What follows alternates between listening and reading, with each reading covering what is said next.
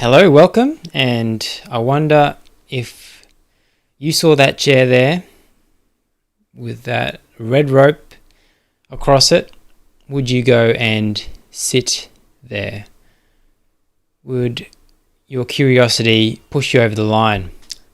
I was, in Brisbane a few days ago and saw that seat, and it was interesting watching people walk past. Some people went right up near it, but didn't sit down on it. What's this?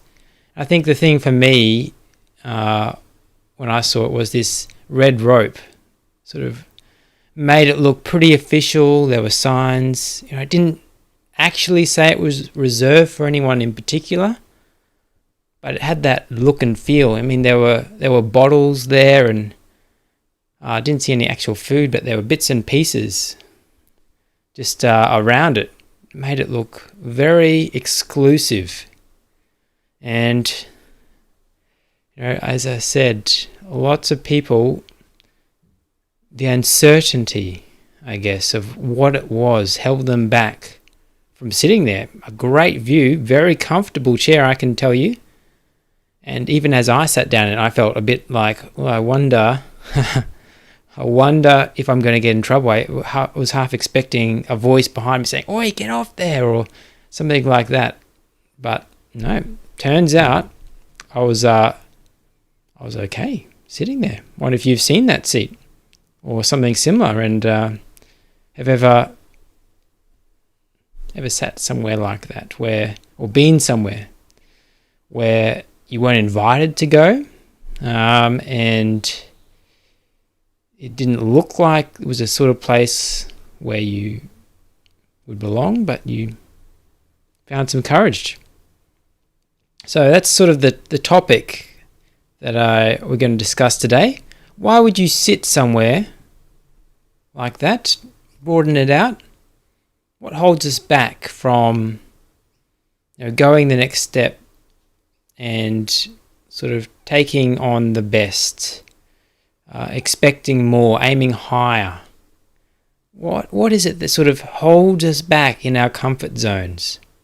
That the fear is enough to stop us from sort of reaching that higher goal. And we've been working through, believe it or not, the Bible.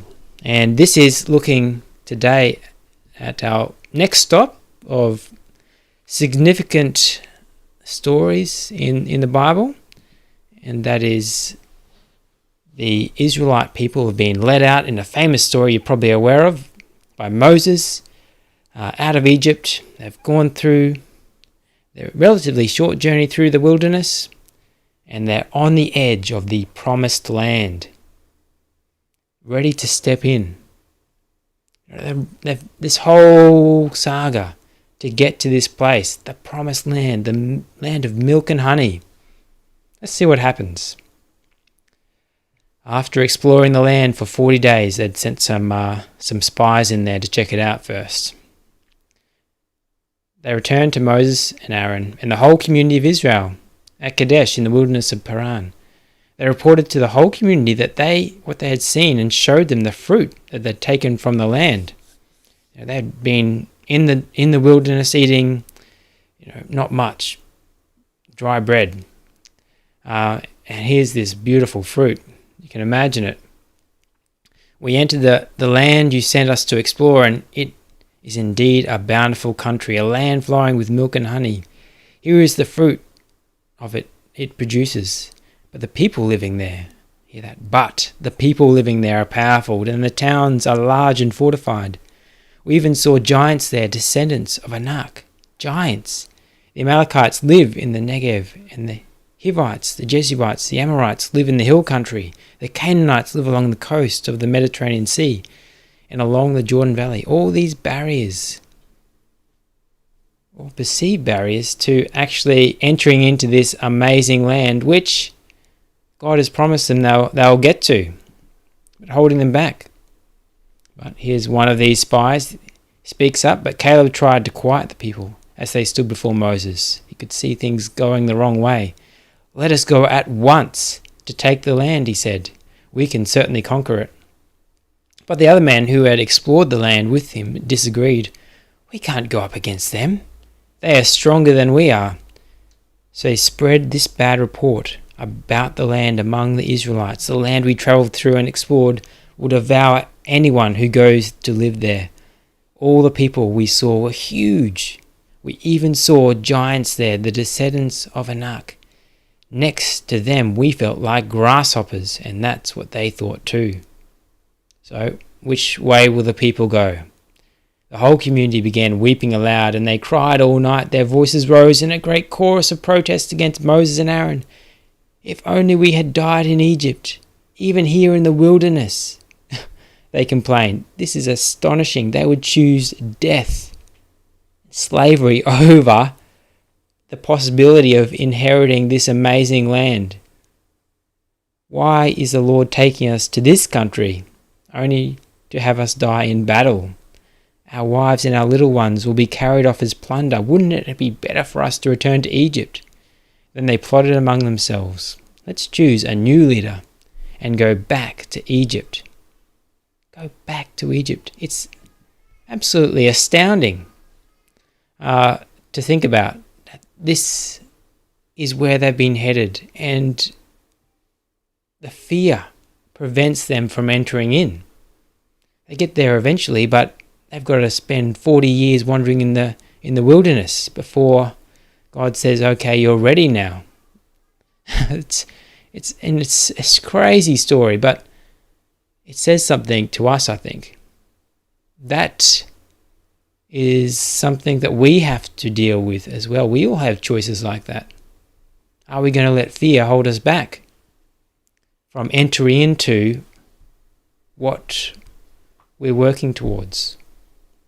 Maybe you feel God has called you to something, and back then in a moment of feeling that clarity, you've said, "Okay, I'll do it." But then you get to the edge, the door of that thing, and some obstacle appears, and things aren't so certain anymore, and suddenly it's like, "Oh, I'm not sure if I can do this. I'm going to head back to where I was," even though that place was no good. That was a place of, feeling like you're lacking purpose and just, I don't know what it would be, but for all of us it's different. But a place you don't want to go back to, but we'd prefer to go back. Then I guess take a leap of faith. So it's fear in this case that's holding us back, and maybe that is what it is for us. That we prefer the known and the not so good, the bad, the bondage of slavery to whatever, than the unknown, the excellent but unknown. And we come so far only to turn back. I don't want that to be my story.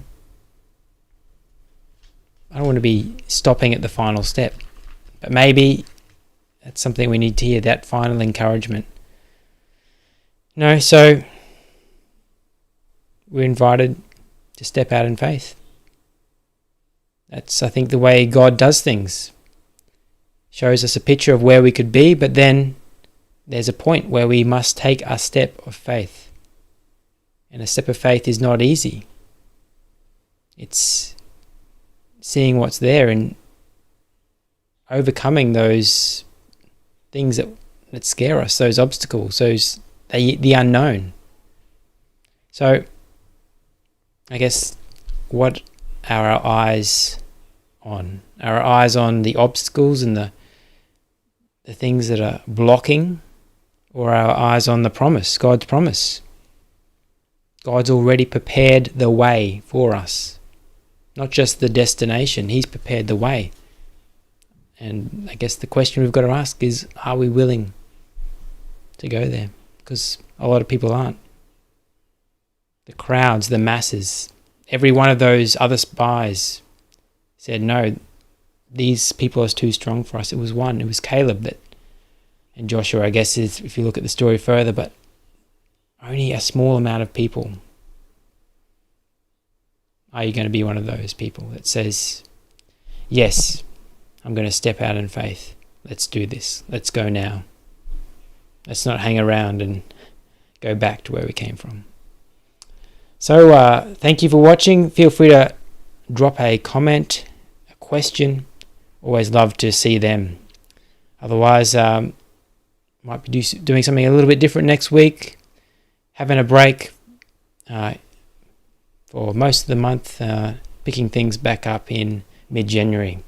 But thank you for journeying with us through the year, and feel free to check out some of our back catalogue, our other videos. Great chance to catch up with the journey. But we're going to continue in the new year.